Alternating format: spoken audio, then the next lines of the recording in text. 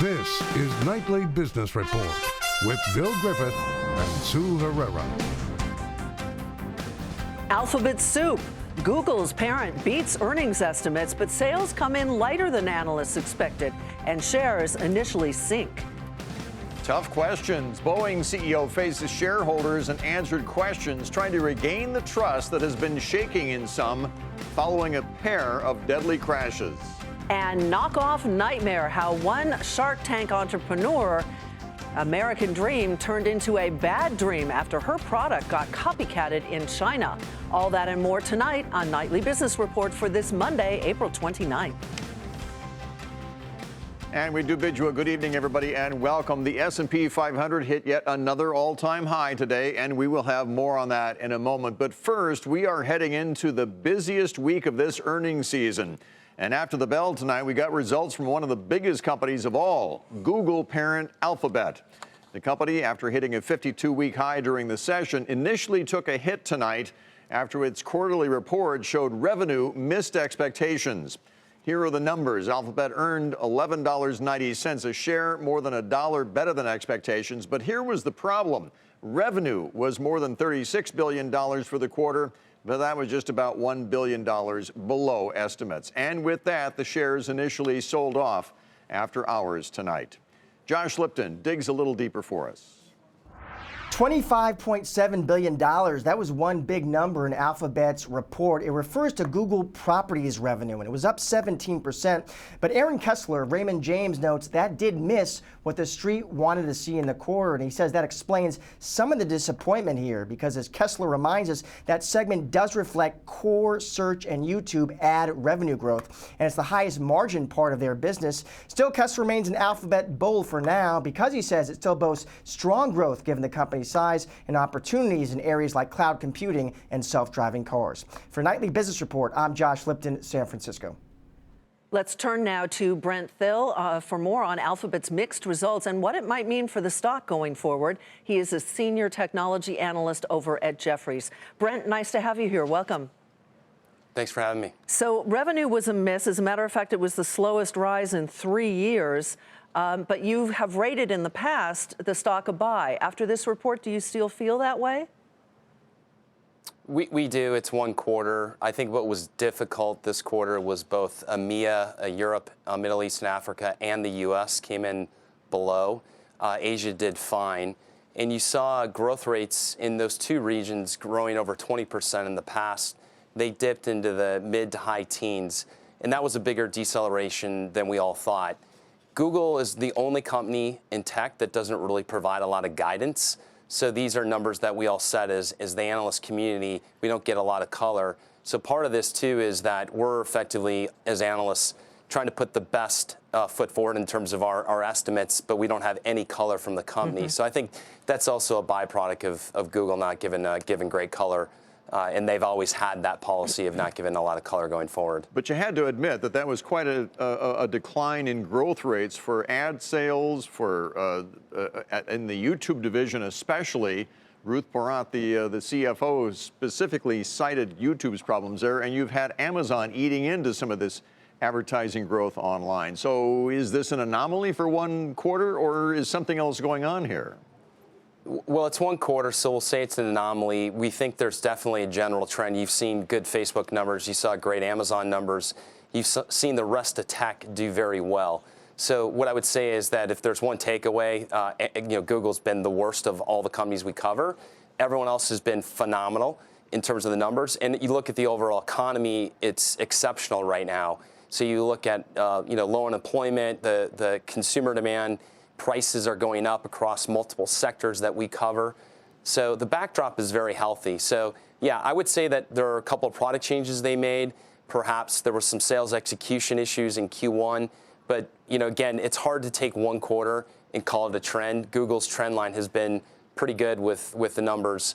So we would highlight that Google still remains in a pretty good position, and it trades at a relatively low valuation relative to its peer group. Very quickly, the European regulatory issues that they've faced, how do you anticipate that going forward? We don't think it's a huge issue because everyone is underneath the same microscope. Facebook, Amazon, you look at the rest of the internet industry. So we don't think that was the issue. We think the broader issue was more to Google and not related to any regulatory overhang. Brent, thanks so much. Appreciate it. Thank you. Brent Thill with Jefferies. And as we mentioned earlier, the S&P hit an all-time high today as stocks inched ever higher, but they were kept in check as investors awaited this slew of big names scheduled to report this week, as well as some key economic reports. As for today, the Dow rose just 11 points, NASDAQ climbed by 15, and the S&P added 3. Dom Chu takes a look at the big week ahead for Wall Street. Stocks are hovering around all-time highs as the busiest week of earnings season kicks off. And with just one more trading day left in April, all three major averages are on pace to close out their fourth straight month of gains. Trade talks, earnings, and the economy will all be key to watch. Treasury Secretary Steven Mnuchin flies to Beijing to resume talks with Chinese officials tomorrow as U.S.-China trade negotiations enter what he calls the final laps. Then the earnings parade rolls on. Roughly 150 S&P 500 companies report, including tech giants Apple and Google parent company Alphabet, healthcare companies like Merck and Pfizer, and consumer names like McDonald's, General Motors, and Yum Brands, which owns KFC, Taco Bell, and Pizza Hut. We're right at the halfway point of earnings season, and so far those earnings, if all else goes to plan, are down slightly while revenues are up 5%. Earnings beats are also better than expected, about double normal what their historical long-term average is. There's also no shortage of economic data on deck this week, including home sales figures, consumer confidence, manufacturing reports, and the April jobs numbers. No doubt the Federal Reserve will be keeping a close eye on all of this as they reconvene for their second interest rate policy meeting of the year tomorrow. Right now, the markets aren't expecting any rate hikes at all for the rest of the year. For Nightly Business Report, I'm Dominic Chu at the New York Stock Exchange. And as Dom mentioned, one of the big earnings reports will be tomorrow from Dow component McDonald's. And as Kate Rogers tells us, the focus will, of course, be on earnings, but particularly here in the U.S.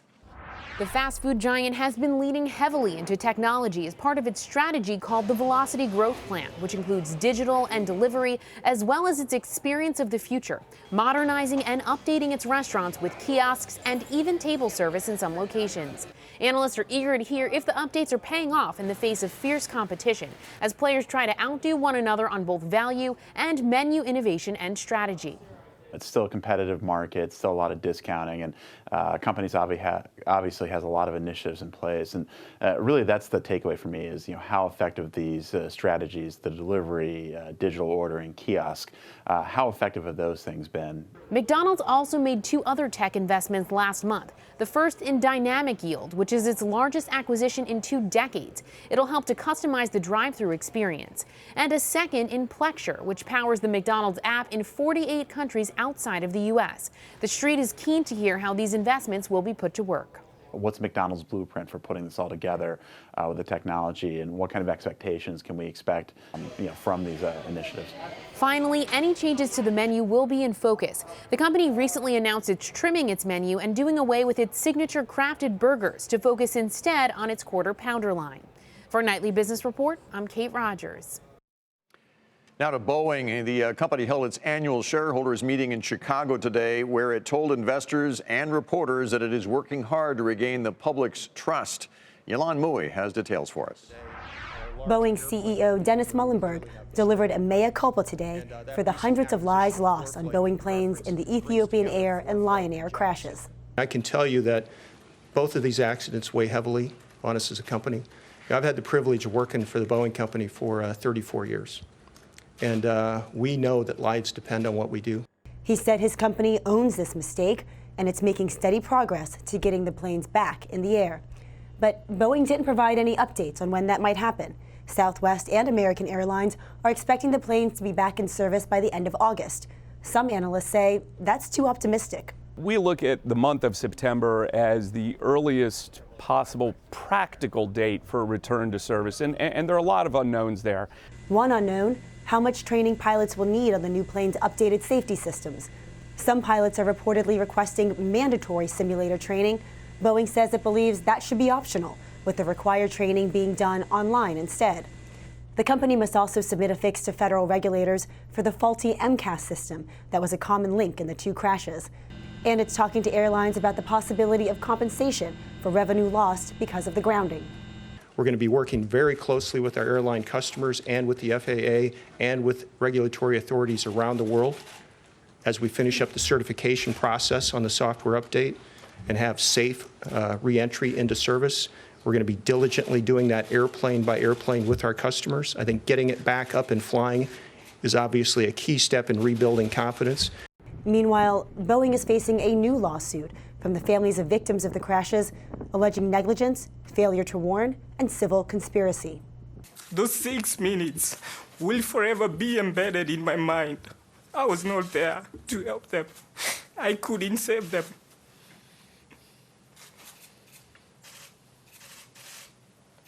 It was up to Boeing and the others in charge to save them. Boeing pledged today that when the 737 MAX does return, it will be one of the safest planes to fly. For Nightly Business Report, I'm Milan Mui in Chicago. Coming up, Marriott and Airbnb look ready to go to the mattresses as each infringes on the other's turf. What it all means when we come back.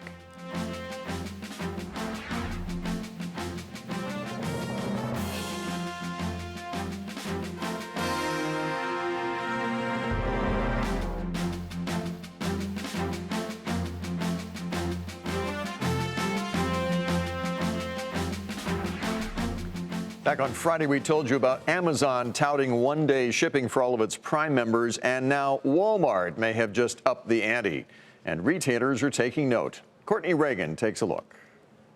2 days after Amazon announced it's working towards offering Prime members one-day shipping, Walmart delivers a response in tweet form. Quote, one-day free shipping without a membership fee. Now that would be groundbreaking. Stay tuned. Walmart taking a jab at Amazon's $119 annual fee for Prime shipping, but not offering any further details. Though on its February earnings call, Walmart CEO Doug McMillon did say, quote, there's an opportunity to be more aggressive. Given the total balance of the business, we would be thinking about that. The delivery war is ramping up between the two retailers, but some question if it's a battle worth fighting.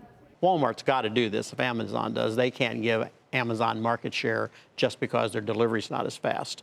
But can anyone else keep up and pay the price it takes to be able to do it? It's really hard to imagine other people can. Not all retailer experts agree market share will be won because of one-day shipping instead of two-day, and the cost of that gamble is significant. Some say going from two-day to one-day doesn't make a big difference in consumer buying behavior, but same-day shipping could. Amazon will spend $800 million in the current quarter in its quest to get one-day shipping for Prime members. Analysts estimate the cost will get higher in the third and fourth quarter. Cowen & Company estimates Prime membership has stagnated for several quarters.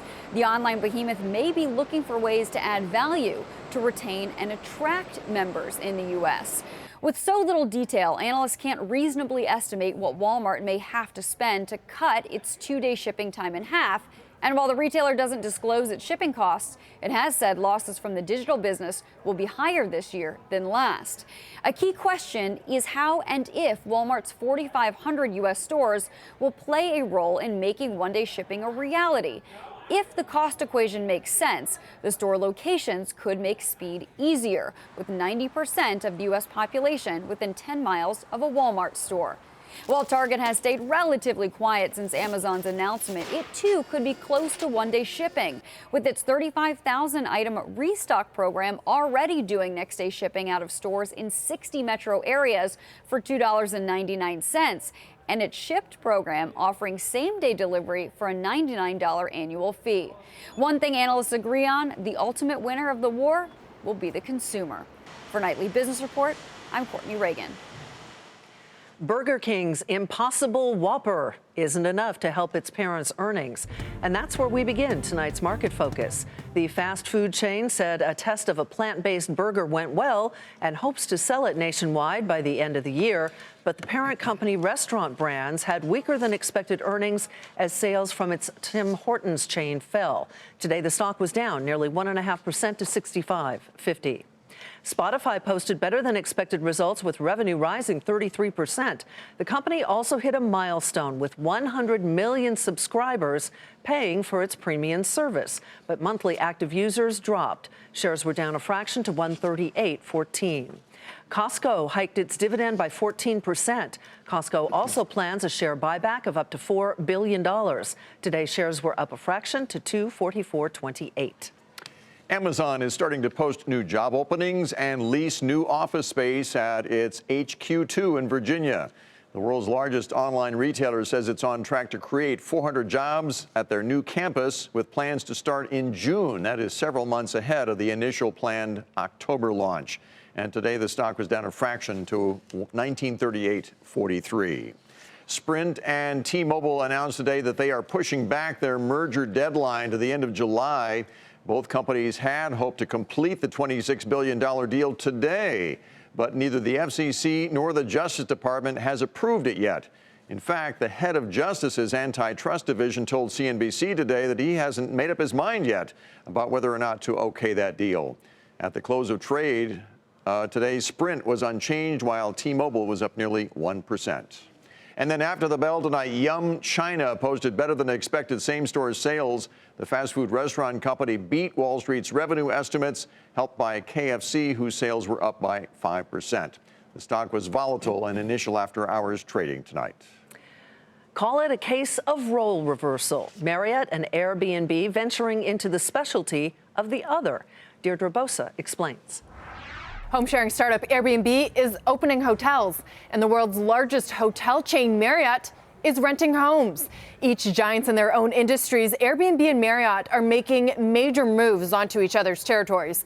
Airbnb is collaborating with major New York developer RXR Realty to create hotel suites in iconic Rockefeller Plaza. It comes just a few weeks after it closed its acquisition of hotel booking site Hotel Tonight.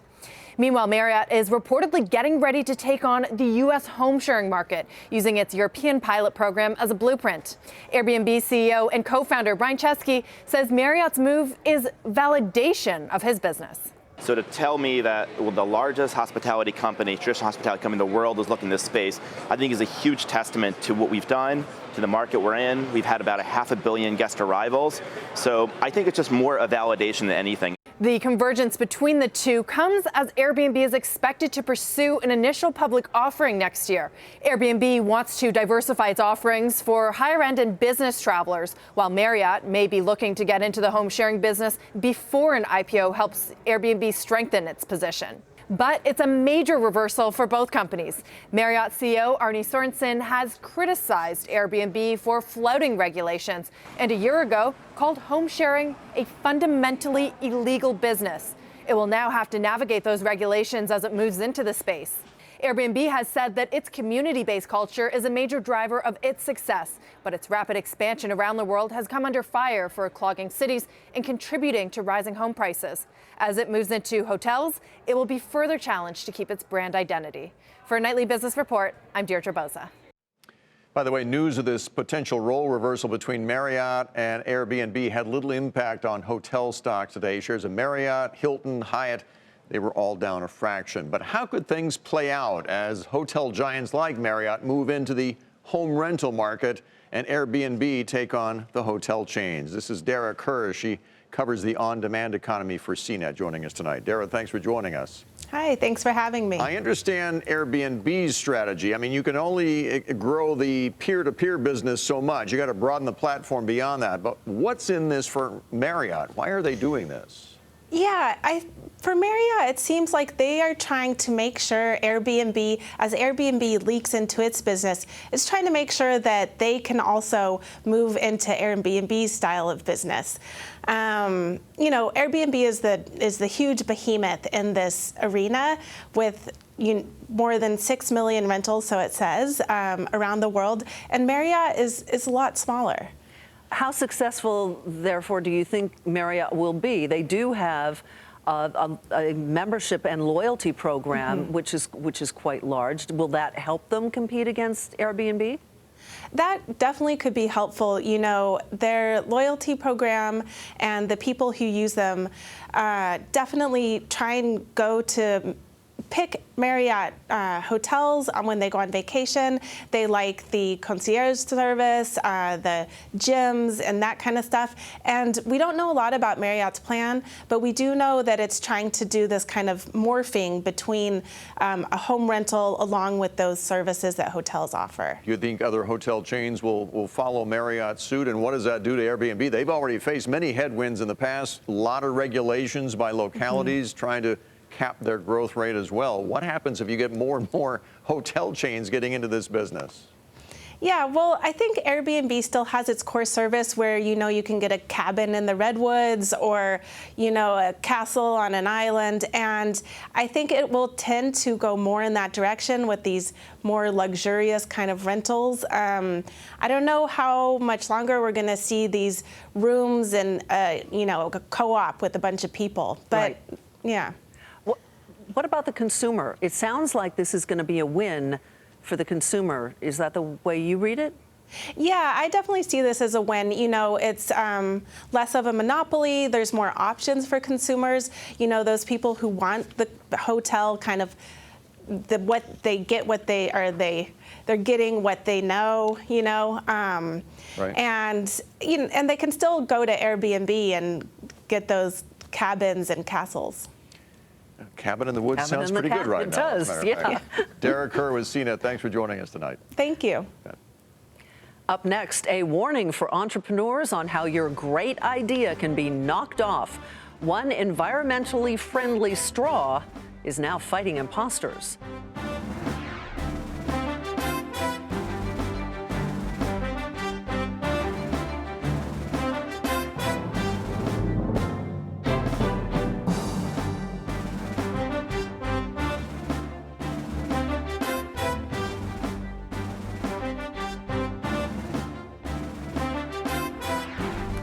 It started out as the proverbial American dream, Final Straw, which makes an environmentally friendly straw, raised nearly $2 million in crowdfunding, and it was even on Shark Tank.